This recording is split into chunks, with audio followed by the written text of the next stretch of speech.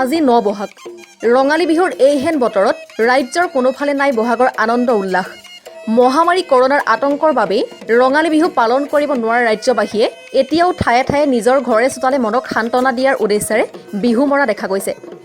এই দৃশ্য দেৰগাঁৱৰ দুলীয়া গাঁৱৰ। সমগ্ৰ দেশ তথা ৰাজ্যৰ লগতে দুলীয়া গাঁৱৰ ৰাইজো লকডাউনৰ বাবে ঘৰৰ ভিতৰতে।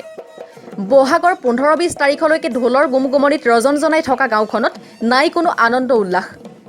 বৰ্তমান কণ কণ শিশুসকলৰ মনৰ দুখ সহিব নোৱাৰি বহাগৰ এটা সপ্তাহ যোৱাৰ সময়ত এনেদৰে ২-৩জন যুৱক এটা পৰিয়ালৰ চোতালত গোট খাই জুৰিছে বিহু। মূলতঃ নিজৰ ঘৰৰ শিশুসকলক অকণমান বিহুৰ আমেজ দিবৰ বাবে আৰম্ভ কৰা বিহুত শিশুসকলৰ লগতে গাঁৱৰে ৪গৰাকী নাচনীয়েও এনেদৰে কঁকাল ভাঙি এপাক নাচিছে।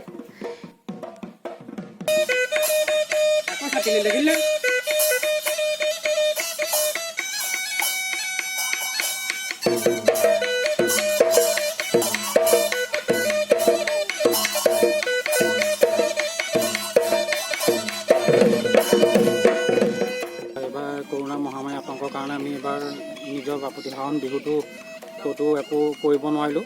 তথাপিতো মানে বিহুটো এৰি দিবলৈ মন নাযায়। কুলিয়ে মতাৰ লগে লগে আমাৰ গাত বিহুটো লাগেই, সেইকাৰণে ঢোলটো বজাবলৈ অলপ মন যায়।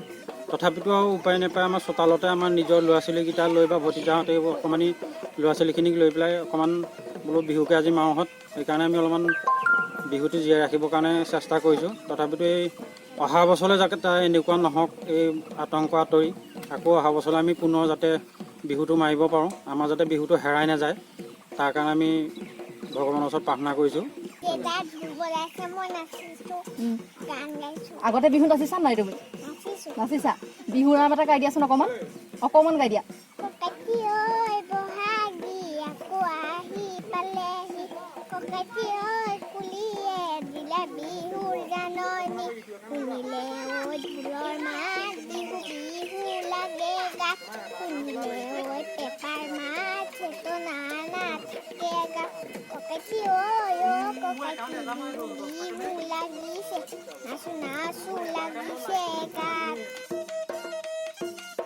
জ্যেষ্ঠজনৰ ঢোলৰ চেউত বিহু নচা এইসকল শিশুৱে হয়তো ভালকৈ বুজিবই পৰা নাই কিমান মাৰাত্মক কৰোনা ভাইৰাছ।